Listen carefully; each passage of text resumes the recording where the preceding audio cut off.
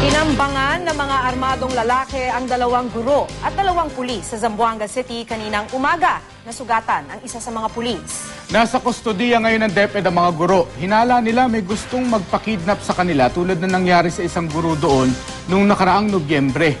Makibalita tayo kay Sosi Alamban ng GMA Northern Mindanao.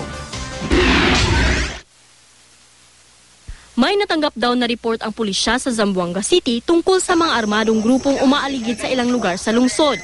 Mayroon ng reports ng suspicious looking persons na tanrom around doon sa area na yon. Ang ginawa ng station commander ko, si Captain Alejandro, is nag-detail siya.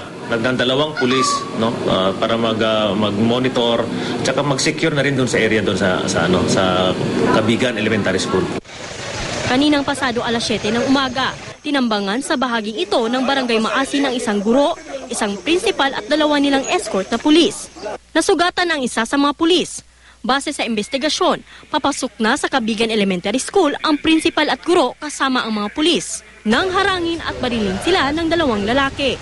Nakaganti ang mga pulis pero nakatakas pa rin ang mga salarin. Hinala ng mga guro, may gustong magpakidnap sa kanila pero ayon sa pulisya, Hindi yung mga target yung mga guro dyan, pero ang talaga is that nakita natin kanina yung insidente na yung pulis ang mga target nila.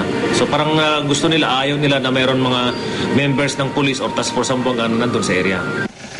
Nagpapatuloy ang follow-up operation ng mga otoridad para mahuli ang mga salarin. Kung meron silang mga suspicious looking persons sa area nila, i-report nila kaagad sa police para ma-actionan natin.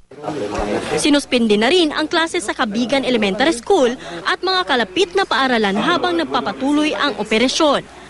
Nasa kustodiya ngayon ng Department of Education Zamboanga City ang 2 guro. Dahil sa insidente, inabisuhan din ang lahat ng guro na magpunta sa tanggapan habang nagpapatuloy ang clearing operations. Ito lamang Nobyembre ng nakaraang taon, isang guro sa Barangay Labuan ang dinukot at dinala sa sulu ng mga hinihinalang miyembro ng Abu Sayyaf. Pinalaya rin siya matapos ang mahigit 1 buwan. Sozi Alamban, Nagbabalita, Pilipinas.